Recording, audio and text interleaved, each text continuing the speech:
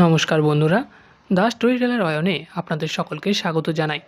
The story teller Ayan আপনাদের জন্য নিয়ে আসে বিভিন্ন ঔপন্যাসিকের উপন্যাসসমূহ শ্রুতিপাঠ্য আকারে। আজ আমি নিয়ে এসেছি শরদিন্দু বন্দ্যোপাধ্যায় রচিত কালের মন্দিরা উপন্যাসটি। এই উপন্যাসের বাকি পর্বগুলিও প্লেলিস্ট আকারে আমার চ্যানেলে রয়েছে। শ্রোতা বন্ধুদের সেগুলি একবার শুনে নেওয়ার অনুরোধ রইল। তাহলে আজকের পর্বের ঘটনা পরম্পরা তাদের বুঝতে অনেকটা সুবিধা হবে বলে মনে করছি। তাছাড়াও আরও অনেক উপন্যাসিকের উপন্যাসসমূহ আমার চ্যানেলে প্লেলিস্ট আকারে রয়েছে, সেগুলিও শুনে নেওয়ার একবার অনুরোধ রইল। যদি ভালো লাগে লাইক, শেয়ার এবং সাবস্ক্রাইবের অনুরোধ রইল। আজ আমি আপনাদের সামনে পড়ে শোনাব শরদিন্দু বন্দ্যোপাধ্যায় রচিত কালের মন্দিরা উপন্যাসের অষ্টাদশ পরিচ্ছেদ তথা উপসংহার। দুর্গ হইতে প্রায় 2 ক্রোশ উত্তরে গিয়া অশ্বারোহী অশ্ব থামাইল। উপত্যকা এখানে সংকীর্ণ হইয়াছে, চারিদিকে উচ্চ নীচ প্রস্তরখণ্ড বিকীর্ণ। সাবধানে অশ্ব চালাইতে হয়। পথ এত বিঘ্নসংকুল বলিয়াই অশ্বারোহীকে চন্দ্রোদয়ের পর যাত্রা করিতে হইয়াছে। উপরন্তু চন্দ্রালোক সত্ত্বেও বেগে অশ্বচালনা করা সম্ভব হয় নাই। শব্দ নিবারণের জন্য ঘোড়ার পায়ে কর্পট বাঁধা। এরূপ অবস্থায় ঘোড়া অধিক বেগে দৌড়াইতে পারিবে না। অশ্বারোহী পশ্চাৎদিকে ফিরিয়া তীক্ষ্ণ দৃষ্টিতে দূর পর্যন্ত নিরীক্ষণ করিল। প্রস্তরখণ্ডগুলা চারিদিকে কালো ছায়া ফেলিয়াছে, সচলতার আভাস নাই, সব স্থির নিথর। অশ্বারোহী অশ্ব হইতে অবরোহণ করিল। ঘোড়ার খুরের কর্পট খুলিয়া এবার বেগে ঘোড়া ছুটানো যাইতে পারে। শব্দ হইলেও শুনিবার কেহ নাই। 3টি খুরের বস্ত্র খুলিয়া অশ্বারোহী চতুর্থ খুরে হাত দিয়াছে এমন সময় ঘোড়াটা ভয় পাইয়া দূরে সরিয়া গেল। অশ্বারোহী চকিতে উঠিয়া পিছু ফিরিল, অমনি তরবারির অগ্রভাগ তাহার বুকে ঠেকিল। চিত্রক বলিল, মরুসিংহ, অশুভক্ষণে যাত্রা করিয়াছিলে, আমার সঙ্গে ফিরিতে হইবে। মরুসিংহের বুকে লৌহ জালিকা ছিল, সে এক লাফে পিছু হটিয়া সঙ্গে সঙ্গে তরবারি বাহির করিল। চিত্রকের অসি তাহার বুকে বিঁধিল না, তাহাকে আর একটু দূরে ঠেলিয়া দিল মাত্র। তখন মলিন চন্দ্রালোকে দুইজনের অসিযুদ্ধ হইল। যুদ্ধ শেষ হইলে চিত্রক মরুসিংহের বুকের ওপর বসিয়া তাহার হস্তদ্বয় তাহারই উচ্ছিষ্ট বস্ত্র দিয়া বাঁধিল। তারপর তাহাকে দাঁড় করাইয়া উচ্ছিষ্ট বস্ত্র তাহার কটিতে জড়াইল। উচ্ছিষ্ট প্রান্ত বাম হস্তে এবং তরবারি দক্ষিণ হস্তে ধরিয়া বলিল, এবার চল, হাঁটিয়া ফিরিতে হইবে।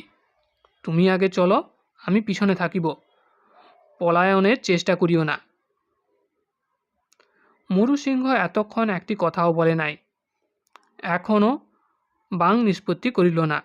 তাহারা যখন তরু বাটিকায় ফিরিল তখন উষার আলোক ফুটিতে আরম্ভ করিয়াছে, কিন্তু তখনও রাত্রির ঘোর কাটে নাই। চিত্রকের রহস্যময় অন্তর্ধান ইতিমধ্যে লক্ষিত হইয়াছিল।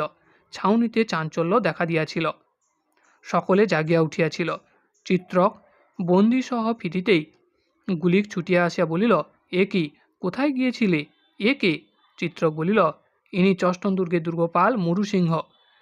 আগে ইহাকে শক্ত করিয়া গাছের কাণ্ডে বাঁধো, তারপর সব বলিতেছি। মরুসিংহকে গাছে বাঁধিয়া দুইজন রক্ষী খোলা তলোয়ার হাতে তাহার সম্মুখে দাঁড়াইল। তখন নিশ্চিন্ত হইয়া চিত্রক গুলিককে অন্তরালে লইয়া গিয়া রাত্রির সমস্ত ঘটনা বলিল। শুনিয়া গুলিক বলিল, তোমার অনুমানই সত্য, কিন্তু কেবল অনুমানের উপর নির্ভর করিলে চলিবে না। হুন্টার মুখ হইতে প্রকৃত কথা জানিতে হইবে। চিত্রক বলিল, উহার নিকট হইতে কথা বাহির করা শক্ত হইবে। গুলিক বলিল, যদি সহজে না বলে তখন কথা বাহির করিবার অন্য পথ ধরিব। তখন সূর্যোদয় হইয়াছে। চিত্রক ও গুলিক গিয়া মরুসিংহকে প্রশ্ন করিতে আরম্ভ করিল। মরুসিংহ কিন্তু নীরব, একটি প্রশ্নেরও উত্তর দিল না। ক্রমে বেলা বাড়িয়া চলিল।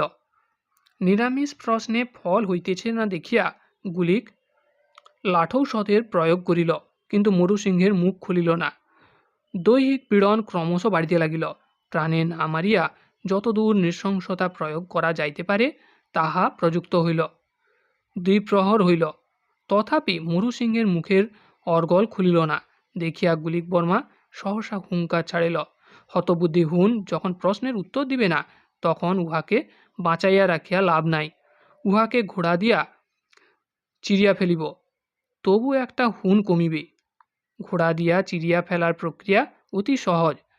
যাহাকে চিরিয়া ফেলা হইবে তাহার দুই পায়ে দুইটি রজ্জু প্রান্ত বাঁধিয়া রজ্জু দুটির অন্য প্রান্ত দুটি ঘোড়ার সহিত বাঁধিয়া দিতে হইবে। তারপর ঘোড়া দুটিকে একসঙ্গে বিপরীত দিকে ছুটাইয়া দিতে হইবে।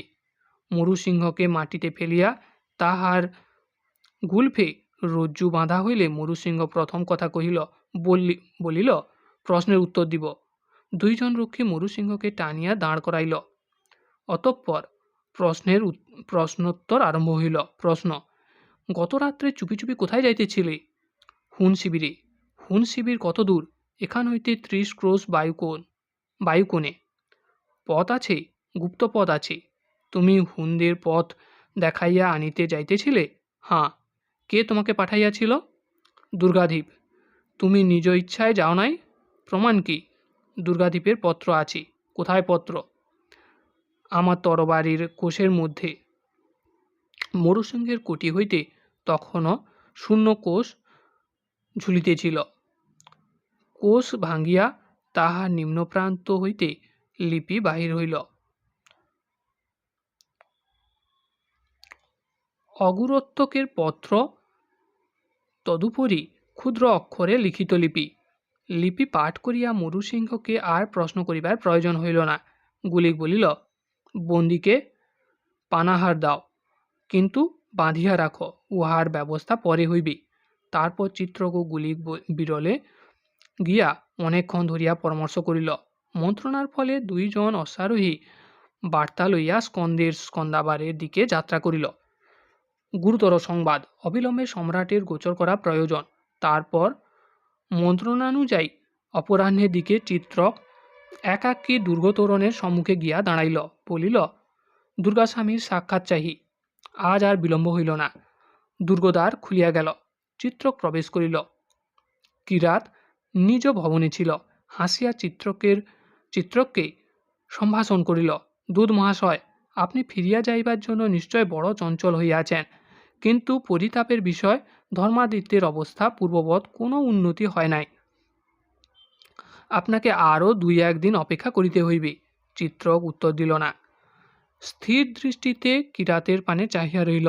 কিরাত পুনশ্চ বলিল, অবশ্য আপনারা যদি নিতান্তই থাকিতে না পারেন, তাহা হইলে কল্ল প্রাতে ফিরিয়া যাওয়াই কর্তব্য, কিন্তু যে কার্য করিতে আসিয়াছেন তাহা শেষ না দেখিয়া ফিরিয়া যাওয়া উচিত হইবে কি? কিরাতের কণ্ঠস্বরে গোপন ব্যঙ্গের আভাস ফুটিয়া উঠিল। কিরাতের মুখের ওপর স্থির দৃষ্টি নিবদ্ধ রাখিয়া চিত্রক বলিল, আমরা ফিরিয়া না যাই, ইহাই আপনার ইচ্ছা? হ্যাঁ, অবশ্য সম্রাটের আদেশ, কিন্তু তাহাতে আপনার কোনো লাভ হইবে না। আমার লাভ? কিরাত প্রখর চক্ষে চাহিল। চিত্রক শান্তস্বরে বলিল, আপনি আশা করিতেছেন আপনার নিমন্ত্রণ লিপি পাইয়া হুন সেনাপতি সসৈন্যে আসিয়া আমাদের হত্যা করিবে, কিন্তু তাহা হইবার নয়। মরুসিংহ ধরা পড়িয়াছি। যে অধম গুপ্তচর হুনদের পথ দেখাইয়া আনিতে পারিত, সে এখন আমাদের হাতে। কিরাত প্রস্তর মূর্তির ন্যায় দাঁড়াইয়া রহিল। কিয়ৎকাল স্তব্ধ থাকিয়া চিত্রক আবার বলিতে লাগিল, আপনার পত্র হইতে আপনার অভিপ্রায় সমস্তই ব্যক্ত হইয়াছে। আপনি শত্রুকে ঘরে ডাকিয়া আনিয়া প্রথমে নিজ দুর্গ ও ধর্মাদিত্যকে তাহাদের হস্তে সমর্পণ করিতে চান। তারপর হুনেরা যাহাতে সহজে বিটঙ্ক রাজ্য অধিকার করিয়া সম্রাট স্কন্দগুপ্তের কণ্টকস্বরূপ হইতে পারে, সেজন্য তাহাদের সাহায্য করিতেও উদ্যত আছেন। আপনি রাজদ্রোহী, দেশদ্রোহী। কিন্তু সম্রাট স্কন্দগুপ্ত ক্ষমাশীল পুরুষ। এখনও যদি আপনি তাহার বর্ষতা স্বীকার করিয়া রট্ট ধর্মাদিত্যকে আমাদের হস্তে অর্পণ করেন, তাহা হইলে সম্রাট হয়তো আপনাকে ক্ষমা করিতে পারেন। বন্ধুরা, পাঠ ভালো লাগলে দয়া করে সাবস্ক্রাইব করবেন। এতক্ষণে কিরাত আগ্নেয়গিরির বিস্ফোরণের ন্যায় ফাটিয়া পড়িল। তাহার অগ্নিবর্ণ মুখে শিরা উপশিরা স্ফীত হইয়া উঠিল। সে উন্মত্তবৎ গর্জন করিয়া বলিল, রাজদ্রোহী, দেশদ্রোহী, মূর্খ দূত, তুমি কি বুঝিবে কেন আমি হুনকে ডাকিয়াছি? এ রাজ্য আমার। অধম ধর্মাদিত্য প্রবঞ্চনা করিয়া আমার পৈতৃক অধিকার অপহরণ করিয়াছি। আমি বিটঙ্ক রাজ্যের ন্যায্য রাজা। চিত্রক বলিয়া উঠিল, তুমি ন্যায্য রাজা? বাধা অগ্রাহ্য করিয়া কিরাত ফেনায়িত মুখে বলিয়া উঠিল, তথাপি আমি ধৈর্য ধরিয়াছিলাম। বিদ্রোহ করিয়া নিজ অধিকার সবলে গ্রহণ করিতে চাহি নাই। আমি শুধু চাহিয়াছিলাম ধর্মাদিত্যের কন্যাকে বিবাহ করিয়া উত্তরাধিকার সূত্রে সিংহাসন লাভ করিব। তাহাতে কাহারও ক্ষতি হইত না। কিন্তু নষ্টবুদ্ধি ধর্মাদিত্য এবং তাহার নষ্টবুদ্ধি কন্যা। চিত্রক বাধা দিয়া প্রশ্ন করিল, বিটঙ্ক রাজ্য ন্যায় তো তোমার, এ কথার অর্থ কি? তাহা তুমি বুঝিবে না। হুন হইলে বুঝিতে। আমার পিতা তুসফান স্বহস্তে পূর্ববর্তী আর্য রাজার মস্তক স্কন্ধচ্যুত করিয়াছিলেন। সেই অধিকারে বিটঙ্ক রাজ্য আমার পিতার প্রাপ্য। হুনদের মধ্যে এইরূপ প্রথা আছে। কিন্তু চতুর্ধর্মাদিত্য কি বলিলে? তোমার পিতা পূর্ববর্তী আর্য রাজাকে হত্যা করিয়াছিল।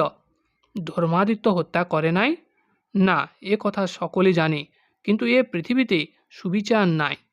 চিত্রকের তিলক ত্রিলোচনের ললাট বহ্নির ন্যায় জ্বলিতেছিল। চিত্রকের তিলক ত্রিলোচনের ললাট বহ্নির ন্যায় জ্বলিতেছিল। সে কিরাতের দিকে এক পদ অগ্রসর হইল। এই সময় বাহিরে উচ্চ গণ্ডগোল শোনা গেল। 2-3 জন প্রাকার রক্ষী কক্ষের মধ্যে ঢুকিয়া পড়িল। একজন রুদ্ধশ্বাসে বলিল, দুর্গে শত শত রণহস্তি লইয়া একদল সৈন্য দক্ষিণ দিক হইতে আসিতেছে, বোধ হয় স্বয়ং স্কন্দগুপ্ত। একটি হস্তির মাথায় শ্বেত ছত্র রহিয়াছি। স্কন্দগুপ্ত বলিলেন, রট্টা যশোধরার নিকট পাশার বাজি হারিয়াছিলাম, তাই পণ রক্ষার জন্য আসিতে হইয়াছি। এখন দেখিতেছি আসিয়া ভালোই করিয়াছি। দুর্গের মধ্যে উন্মুক্ত স্থানে সভা বসিয়াছিল। স্কন্দের রণহস্তির দল চক্রাকারে সভাস্থল ঘিরিয়াছিল। দুর্গ এখন স্কন্দের অধিকারে। কিরাত স্কন্দের বিরুদ্ধে দুর্গদ্বার রোধ করিতে সাহসী হয় নাই। প্রাণ বাঁচাইবার ক্ষীণ আশা লইয়া তাহার কাছে আত্মসমর্পণ করিয়াছিল। এদিকে কপোতকূট হইতে চতুরানন ভট্ট অনুমান 400 সৈন্য সংগ্রহ করিয়া প্রায় স্কন্দের সমকালেই আসিয়া উপস্থিত হইয়াছেন। গর্ধপৃষ্ঠে আরোহণ করিয়া জম্বুকও সঙ্গে আসিয়াছি। স্কন্দ একটি প্রশস্ত বেদির উপর বসিয়াছিলেন, পাশে ধর্মাদিত্য। ধর্মাদিত্যের দেহ শুষ্ক শীর্ণ, মুখে ক্লেশের চিহ্ন বিদ্যমান, কিন্তু তাহাকে দেখিয়া মরণাপন্ন রোগী বলিয়া মনে হয় না। রট্টা যশোধরা তাহার জানু আলিঙ্গন করিয়া পদপ্রান্তে বসিয়াছিল। চিত্রক, গুলিক ও আরও অনেক সেনা মুখ্য সভার সম্মুখভাগে দণ্ডায়মান ছিল। কিরাত কিছু দূরে একাকী বক্ষ বাহুবদ্ধ করিয়া দাঁড়াইয়াছিল। ধর্মাদিত্য ভগ্নস্বরে বলিলেন, আমার আর রাজ্য সুখে স্পৃহা নাই। আমি সংঘের শরণ লইব। রাজাধিরাজ, আপনি আমার এই ক্ষুদ্র রাজ্য গ্রহণ করুন। আততায়ীর সন্ত্রাস হইতে প্রজাকে রক্ষা করুন। স্কন্দ বলিলেন, তাহা করিতে পারি, কিন্তু আমি তো বিটঙ্ক রাজ্যে থাকিয়া রাজ্য শাসন করিতে পারিব না। একজন স্থানীয় সামন্ত প্রয়োজন, যে সিংহাসনে বসিয়া প্রজা শাসন করিবে। এমন কে আছে? ধর্মাদিত্য বলিলেন, আমার একমাত্র কন্যা আছে, এই রট্টা যশোধরা। বলিয়া রট্টার মস্তকে হস্ত রাখিলেন। স্কন্দ বলিলেন, রট্টা আপনার কুমারী কন্যা, যদি আপনার জামাতা থাকিত, সে আপনার স্থলাভিষিক্ত হইয়া রাজ্য শাসন করিতে পারিত, কাহারও ক্ষোভের কারণ হইত না। কিন্তু অনধিকারী ব্যক্তিকে সিংহাসনে বসাইলে রাজ্যে অশান্তি ঘটিবার সম্ভাবনা। বর্তমান অবস্থায় তাহা বাঞ্ছনীয় নয়। ধর্মাদিত্য, আপনি আরও কিছুকাল রাজদণ্ড ধারণ করিয়া থাকুন। তারপর ধর্মাদিত্য সবিনয়ে যুক্ত করে বলিলেন, আমাকে ক্ষমা করুন, সংসারে আমার নির্বেদ উপস্থিত হইয়াছে। আপনার রাজ্য আপনি যাহাকে ইচ্ছা দান করুন, আমার কন্যার জন্য আর আমি অনুগ্রহ ভিক্ষা করি না। রথটা আপনার স্নেহ পাইয়াছে, সে আপনারই কন্যা। আপনি প্রজার কল্যাণে যেরূপ ইচ্ছা করুন। সভা কিছুক্ষণ স্তব্ধ হইয়া রহিল। তারপর রথটা ধীরে ধীরে উঠিয়া দাঁড়াইল। একবার চিত্রকের দিকে দৃষ্টিপাত করিয়া মৃদু হাসিল। তারপর স্কন্দের দিকে ফিরিল, বলিল, আয়ুষ্মান, রাজ্যের ন্যায্য অধিকারীর যদি অভাব ঘটিয়া থাকে, আমি একজন ন্যায্য অধিকারীর সন্ধান দিতে পারি। সকলে বিস্ফারিত নেত্রে চাহিল। রথটা বলিল, যে আর্য রাজাকে জয় করিয়া পিতা বিটঙ্ক রাজ্য অধিকার করিয়াছিল, যে রাজাকে জয় করিয়া পিতা বিটঙ্ক রাজ্য অধিকার করিয়াছিলেন, সেই আর্য রাজ্যের বংশধর জীবিত আছেন। স্কন্দ বলিয়া উঠিলেন, কে সে, কোথায় সে? উত্তর না দিয়া রথটা ধীর পদে গিয়া চিত্রকের সম্মুখে দাঁড়াইল। চিত্রক অভিভূতভাবে স্খলিত স্বরে একবার রথটা বলিয়া নীরব হইল। রথটা চিত্রকের হাত ধরিয়া স্কন্দের সম্মুখে লইয়া আসিল, বলিল, ইনি সিংহাসনের ন্যায্য অধিকারী। স্কন্দ সবিস্ময়ে বলিলেন, চিত্রক বর্মা? রথটা বলিল, ইহার প্রকৃত নাম তিলক বর্মা। স্কন্দ বলিলেন, তিলক বর্মা, তুমি ভূতপূর্ব আর্য রাজার পুত্র? চিত্রক বলিল, হাঁ, পূর্বে জানিতাম না, সম্প্রতি জানিয়াছি। স্কন্দ প্রশ্ন করিলেন, প্রমাণ আছে? চিত্রক বলিল, যিনি আমার গোপন পরিচয় প্রকাশ করিয়াছেন, তিনিই প্রমাণ দিবেন। আমার কোনো আগ্রহ নাই। রথটা বলিল, প্রমাণ আছে, প্রয়োজন হইলে দিব, কিন্তু আর্য প্রমাণের কি কোনো প্রয়োজন আছে? স্কন্দ তীক্ষ্ণ চক্ষে একবার রথটার মুখ ও একবার চিত্রকের মুখ দেখিলেন। তাহার অধরে ঈষৎ ক্লিষ্ট হাসি দেখা দিল। তিনি বলিলেন, না, প্রয়োজন নাই। তিলক বর্মা, বিটঙ্কের সিংহাসন তোমাকে দিলাম। রথটা যশোধরা বিটঙ্কের রাজমহিষী হইতে বোধ করি তোমার কোনো আপত্তি নাই। রথটা অধোমুখী হইয়া আবার পিতার পদতলে বসিয়া পড়িল। সভাস্থ সকলে চিত্রার্পিতবৎ এই দৃশ্য দেখিতেছিল। এখন হর্ষধ্বনি করিয়া উঠিল। রথটা ধর্মাদিত্য আসন ছাড়িয়া উঠিয়া দাঁড়াইলেন। চিত্রককে সম্বোধন করিয়া কম্পিত কণ্ঠে বলিলেন, বৎস, যৌবনের প্রচণ্ডতায় যে হিংসাবৃত্তি অবলম্বন করিয়াছিলাম, তজ্জন্য অনুতাপে আমার হৃদয় দগ্ধ হইতেছে। বিটঙ্কের সিংহাসন তোমার, তুমি তাহা ভোগ কর, আর আমার রথটা যশোধরাকে গ্রহণ করিয়া আমাকে ঋণ মুক্ত কর। চিত্রক মস্তক অবনত করিয়া বলিল, আপনি স্বেচ্ছায় ঋণ পরিশোধ করিলেন, আপনি মহানুভব, কিন্তু অন্য একটা আদান প্রদান এখনও বাকি আছে। চিত্রক দ্রুতপদে কিরাতের সম্মুখে গিয়া দাঁড়াইল, বলিল, আমার পরিচয় শুনিয়াছ, পিতৃঋণ শোধ করিতে প্রস্তুত আছ? রক্তহীন মুখ তুলিয়া কিরাত বলিল, আছি। চিত্র বলিল, তবে তরবারি লও, আমাকেও পিতৃঋণ পরিশোধ করিতে হইবে। বন্ধুরা, আশা করছি উপন্যাস পাঠটি আপনাদের ভালো লাগছে। ভালো লাগলে লাইক, শেয়ার এবং সাবস্ক্রাইব করতে ভুলবেন না। এই চ্যানেলে আমি এই শরদিন্দু বন্দ্যোপাধ্যায় রচিত কালের মন্দিরা উপন্যাসটির বাকি পর্বগুলি প্লেলিস্ট আকারে রেখেছি। শ্রোতা বন্ধুদের সেই পর্বগুলিও একবার শুনবার অনুরোধ রইল। আর এই পর্বটি শুনে কেমন লাগলো তাও কমেন্ট করে জানাতে ভুলবেন না। ভালো লাগলে লাইক, শেয়ার এবং সাবস্ক্রাইব করুন, এবং খারাপ লাগলেও তা কমেন্টের মাধ্যমে আপনি জানিয়ে দিন। তাহলে আমার পরবর্তী পর্বগুলোকে আরও ভালো রূপে আপনার সামনে উপস্থিত করতে তা যথেষ্ট সহায়তা করবে। আজ এ পর্যন্তই। পরবর্তী পর্ব তথা অন্তিম পর্ব নিয়ে দ্য স্টোরি টেলার অয়ন হাজির হবে আপনার সম্মুখে খুব শীঘ্রই। নমস্কার।